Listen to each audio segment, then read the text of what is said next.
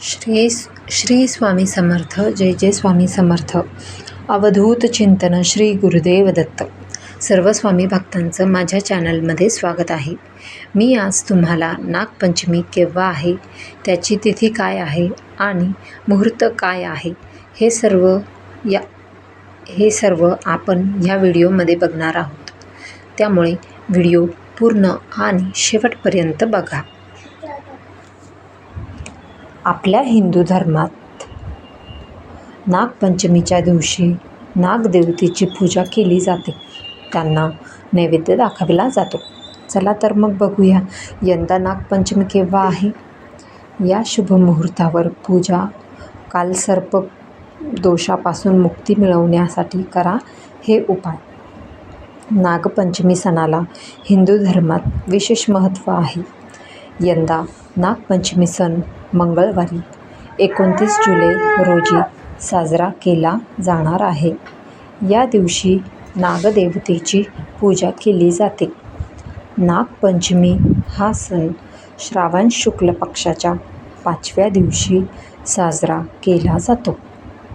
देवतांमध्ये सापांना नेहमीच महत्त्वाचं स्थान आहे. भगवान विष्णू शेषनागाच्या पलंगावर झोपतात आणि भगवान शंकर नागाला आपल्या गळ्यात ठेवतात. यावर्षी मंगळवारी 29 जुलै रोजी नागपंचमी साजरी होत आहे. नागपंचमी पूजेचा शुभ मुहूर्त कोणता?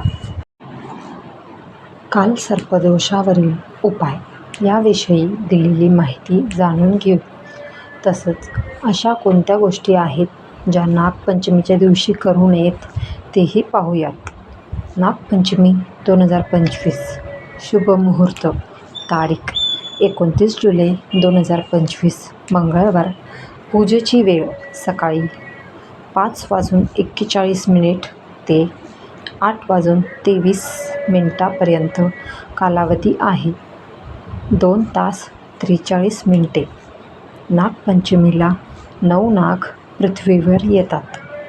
नागपंचमीला अनंत, वासुकी, शेष, पद्मनाभ, कंबल, शंखपाल, धृतराष्ट्र, तक्षक आणि कालिय हे 9 नाग पृथ्वीवर येतात. नागपंचमीच्या दिवसापासून नागलोकाची सुरुवात होते, अशी माहिती ज्योतिषी महंत अनिकेत शास्त्री देशपांडे यांनी दिली आहे. नागपंचमीच्या दिवशी काय करावं? नागपंचमीच्या दिवशीही उपवास करावा. ज्या व्यक्तीच्या कुंडलीत राहू केतू भारी आहे त्यांनी नागपंचमीच्या दिवशी नागदेवतेची आवर्जून पूजा करावी. नागदेवतेला दूध, मिठाई आणि फुलं अर्पण करावीत. लक्षात ठेवा की नागदेवतेला कधीही पितळेच्या भांड्यातून दूध देऊ नये. यासाठी तांब्याचं भांडं वापरावं. दिंड, पातोळ्या, मोदक असे उकडून केले जाणारे पदार्थ करावेत. नागपंचमीच्या दिवशी काय करू नये? नागपंचमीचा सण नागदेवतेची पूजा करण्यासाठी आहे. जिवंत सापाला कधीही दूध देऊ नका. शेतात नांगरणी, जमीन खोदणं अशी कामे करू नका. याशिवाय सुई धागा वापरणं देखील अशुभ मानलं जातं. तसेच वृक्षतोड करू नका.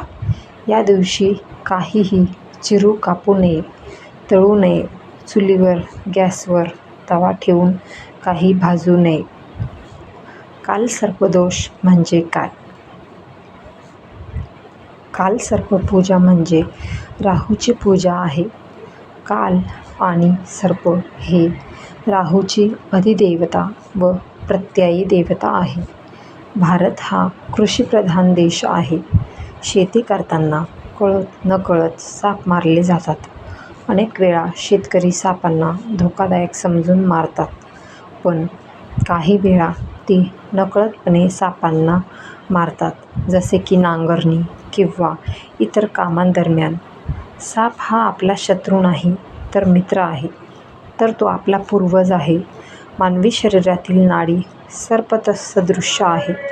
त्यामुळे सापाला मारणे म्हणजे स्वतःला मारल्यासारखं आहे. कालसर्पदोष निवारणासाठी स्मृती ग्रंथामध्ये राहू कालसर्पशांतीचा प्रयोग सांगितला आहे. राहू हा एक क्रूर आणि मायावी ग्रह मानला जातो. तो शुभही नाही आणि अशुभही नाही. त्यामुळं जीवनात अशुभ घटना राहूमुळं घडतात. या राहूला शांत करण्यासाठी संपूर्ण भारतात फक्त नाशिक येथील त्र्यंबकेश्वर या ठिकाणी कालसर्पशांती केली जाते. कालसर्पदोष असल्यास काय अडचणी येतात? जेव्हा कुंडलीतील जन्मकुंडली सर्व ग्रह राहू आणि केतू या 2 ग्रहांमध्ये येतात तेव्हा त्याला कालसर्पदोष म्हणतात. हा दोष व्यक्तीच्या जीवनात अनेक अडचणी आणि समस्या निर्माण करतो. जसं की फसवणूक होते, कामांमध्ये अडचणी येतात, संतान दोष निर्माण होतो, अशी माहिती ज्योतिषी महंत अनिकेत शास्त्री देशपांडे यांनी दिली आहे. कालसर्पदोषापासून मुक्ती मिळवण्यासाठी उपाय: नाशिक त्र्यंबकेश्वर या पवित्र स्थळी जाऊन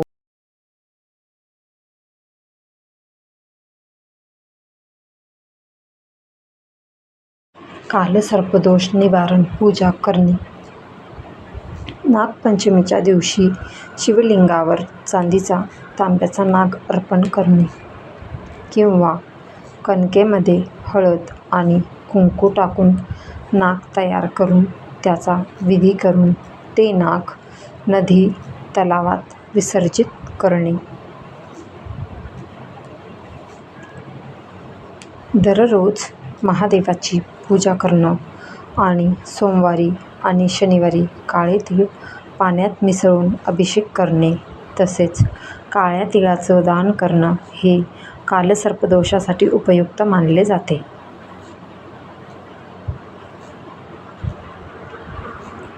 महामृत्युंजय मंत्राचा जप करणं विशेषतः मौनी अमावस्येला कालसर्पदोषातून मुक्ती मिळवण्यासाठी फायदेशीर ठरतो.